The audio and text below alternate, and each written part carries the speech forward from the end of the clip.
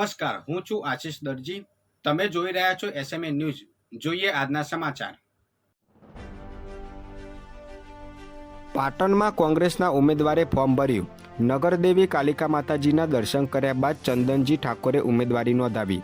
પાટણ લોકસભા બેઠકના ચૂંટણી જંગમાં ઉભેલા ભાજપ અને કોંગ્રેસના બે ઉમેદવારો પોતાના જીતના દાવા વચ્ચે મતદારો વચ્ચે જઈ તેમનું સમર્થન મેળવવા પ્રચાર વેગવંતો બનાવ્યો છે. ત્યારે ભાજપના ઉમેદવાર ભરતસિંહ ડાભીએ મંગળવારે શક્તિ પ્રદર્શન કરી વિધિવત રીતે પોતાની ઉમેદવારી નોંધાવી દીધી છે. ત્યારે કોંગ્રેસના ઉમેદવાર ચંદનજી ઠાકોર પણ આજે ગુરુવારે શક્તિ પ્રદર્શન કરીને નામાંકન પત્ર ભર્યું હતું. મહેસાણામાં રહેણાંક વિસ્તારમાંથી ગેરકાયદેસર ગેસ રિફિલિંગ કૌભાંડ ઝડપાયું. 35 બાટલા સીઝ કરવામાં આવ્યા.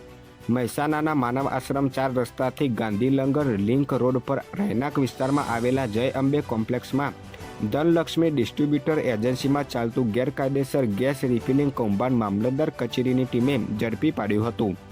ટીમે એચપી ગેસના 2 સહિત 35 બોટલો સહિત ₹98,000નો મુદ્દામાલ સીઝ કરી તે વિસ્તારમાં ગેરકાયદેસર બોટલો રાખીને વેપાર કરતા 2 શખ્સોને નોટિસ આપશે. વિસનગરના કાંસામાં સૂકા ઘાસના 500 પૂળા આગથી ખાખ થઈ ગયા. તાલુકાના કાંસા ગામે આગ લાગતા અંદાજિત 500 જેટલા સૂકા જુવારના ઘાસના પૂળા બળીને રાખ થઈ ગયા હતા. ઉમિયાનગરમાં રહેતા પટેલ કનુભાઈ સેદાભાઈની ઘરની બાજુમાં સૂકા જુવારના પૂળા પડ્યા હતા.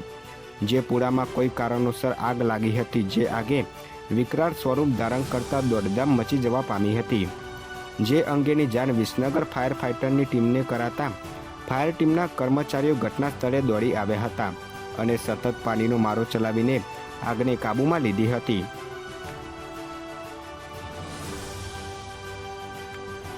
વિજાપુરમાં વિધાનસભા પેટા ચૂંટણીમાં કોંગ્રેસના ઉમેદવાર દિનેશ પટેલે ઉમેદવારી નોંધાવી.